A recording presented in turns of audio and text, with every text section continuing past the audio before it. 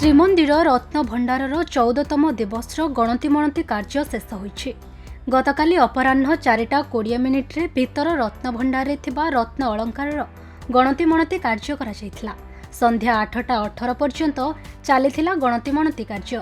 3 ଘଣ୍ଟା 58 ମିନିଟ୍ ଧରି ଗଣତିମଣତି କାର୍ଯ୍ୟ ଗତକାଲି କରାଯାଇଥିଲା।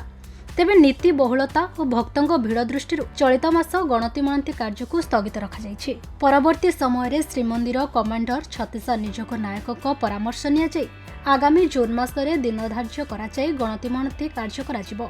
ଶ୍ରୀମନ୍ଦିର ମୁଖ୍ୟ ପ୍ରଶାସକ ଅରବିନ୍ଦ ପାଢ଼ୀଙ୍କ ସୂଚନା ଅନୁସାରେ ରାଜ୍ୟ ସରକାରଙ୍କ ଏସ୍ଓପି ଅନୁଯାୟୀ ସମସ୍ତ ଗଣତିମଣତି କାର୍ଯ୍ୟ କରାଯାଉଛି। ସମସ୍ତ ଗଣତିମଣତି କାର୍ଯ୍ୟ ସମ୍ପୂର୍ଣ୍ଣ ନିର୍ଭୁଲ ଓ ସ୍ୱଚ୍ଛତାର ସହ କରାଯାଉଛି। ରତ୍ନଭଣ୍ଡାରର ଉଚ୍ଚସ୍ତରୀୟ କମିଟିର ଅଧ୍ୟକ୍ଷ ଜଷ୍ଟିସ୍ ବିଶ୍ୱନାଥ ରଥ କହିଛନ୍ତି, ଆଜି ପର୍ଯ୍ୟନ୍ତ ସମସ୍ତ ଗଣତିମଣତି କାର୍ଯ୍ୟ ସୁରୁଖୁରୁରେ ସମ୍ପୂର୍ଣ୍ଣ ଭାବେ ନିର୍ଭୁଲ ଭାବରେ କରାଯାଇଛି। ତେବେ ବର୍ତ୍ତମାନ ଠାକୁରଙ୍କ ବହୁ ନୀତିକାନ୍ତି ଓ ଖରାଛୁଟି ଯୋଗୁଁ ଭକ୍ତଙ୍କ ଆଗମନ ବୃଦ୍ଧି ପାଇବା ସହ ରଥଯାତ୍ରା ସମ୍ପର୍କିତ ଅନେକ କାର୍ଯ୍ୟ କରୁଥିବାରୁ ଚଳିତ ମାସରେ ଗଣତିମଣତି କାର୍ଯ୍ୟ କରାଯିବ ନାହିଁ। ଆଗାମୀ ଜୁନ୍ ମାସରେ ଦିନ ଧାର୍ଯ୍ୟ କରାଯାଇ ପୁନର୍ବାର ଗଣତିମଣତି କାର୍ଯ୍ୟ କରାଯିବ। ଭକ୍ତ ବିଶ୍ୱବାସୀ ଜଗନ୍ନାଥ ଭକ୍ତ ସମସ୍ତ ଓଡ଼ିଆ ଜଗନ୍ନାଥ ପ୍ରେମୀ ସମସ୍ତେ ନିଶ୍ଚିତ ଭାବରେ ଉତ୍କଣ୍ଠାର ସହିତ ଅପେକ୍ଷା କରିଛନ୍ତି କାମ କେତେ ଦୂର ଗଲାଣି। ଆମେ ଆଜି ଇନଭେଣ୍ଟାଇଜେସନର ଯେଉଁ ଗଣତିମଣତି ପ୍ରକ୍ରିୟା ଆମେ ଯେଉଁ କରୁଛୁ ତାର ଆଜି 14ତମ ଦିନରେ ଆମେ ଅବତୀର୍ଣ୍ଣ ହୋଇଛୁ ଏବଂ ଭିତର ଭଣ୍ଡାରର ଆଜି 9ମ ଦିନର କାର୍ଯ୍ୟ ଆମେ ସମାପ୍ତ କରିଛୁ। ଆଜି ଆମକୁ ପ୍ରାୟ 3 ଘଣ୍ଟା 58 ମିନିଟ୍ର ସମୟ ମିଳିଛି କାମ କରିବା ପାଇଁ। ଗତ କିଛି ଦିନର ଯାତ୍ରୀ ଭିଡ଼ ଏବଂ ନୀତିକାନ୍ତିର ଅନୁଭୂତି ବହୁଳ ନୀତିକାନ୍ତିର ଅନୁଭୂତି ଏସବୁକୁ ଧରି ଏବଂ ଖରା ଛୁଟି ହୋଇଥିବାରୁ ଯାତ୍ରୀଙ୍କ ସଂଖ୍ୟା ପୁରୀରେ ବହୁ ମାତ୍ରାରେ ବଢ଼ିଛି। ଏ ଭିତରେ ଆମର ମନ୍ଦିର ପ୍ରଶାସନ ଏବଂ ଜିଲ୍ଲା ପ୍ରଶାସନଙ୍କର ରଥଯାତ୍ରା ସଂକ୍ରାନ୍ତରେ ମଧ୍ୟ ବିଭିନ୍ନ ପ୍ରକାର କାର୍ଯ୍ୟକ୍ରମ ସବୁ ବହୁଳ ଭାବରେ ଆସିଛି।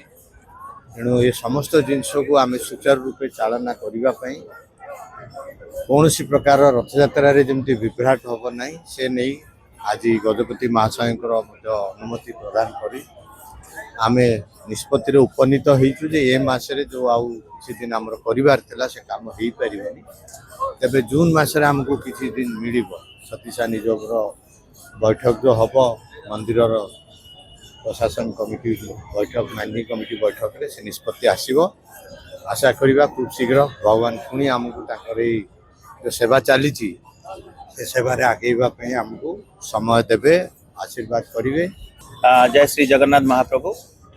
आज रत्नभंडार गणतिर चतुर्दश दिन 14th day of the Ratna Bhandar inventorization process एवं नवम दिन भीतर रत्नभंडार गणतिर एवं आज जहाँ भी निर्धारित आमर कार्यसूची था से हिसाब से आम 4:20 समय बाहर रत्नभंडार कबाट खोली एवं आमर गणति प्रक्रिया शेष होगा बेलू 8:18 होता। तेणु 3 घंटा 58 मिनिट पर्यंत आज निरंतर गणति प्रक्रिया चलता। आम आपन को बारंबार सूचना देचु जे नीतिकांति रे जेमती कौन सी प्रकार प्रतिकूल प्रभाव न पड़े गणति प्रक्रिया ताऊपर आम विशेष ध्यान देचु। जेहेतु ए भीतर चंदन यात्रा चलती आमको कम समय मिले भी पाखापाखि 4 घंटा आम आज करें एवं गणति प्रक्रिया निर्भुल भाव में स्वच्छतार सहित जहाँ भी व्यवस्थावली अच्छी सरकार अनुमोदित से हिसाब से होउछि एवं प्रक्रिया रे आम प्रत्येकटी अलंकार सामग्री मूल्यवान सामग्री बा अलंकार गुड़िकर वीडियोग्राफी फोटोग्राफी एवं 3D मैपिंग करुचु एवं आपण को आम सूचना देवाई चाहिए जो भी मूल्यवान सामग्री आम गणति प्रक्रिया रे सामिल करूँ सबूक निर्भुल भाव में एवं स्वच्छतार सहित पूर्णतार सहित गणति प्रक्रिया समाप्त होइछि।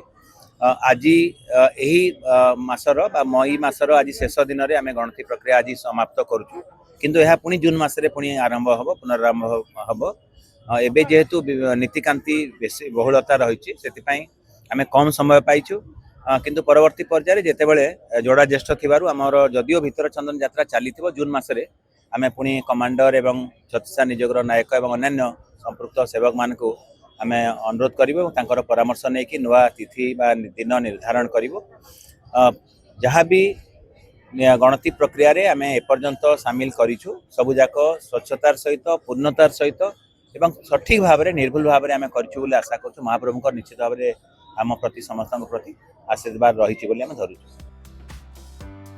ब्यूरो रिपोर्ट खबर ओडिशा।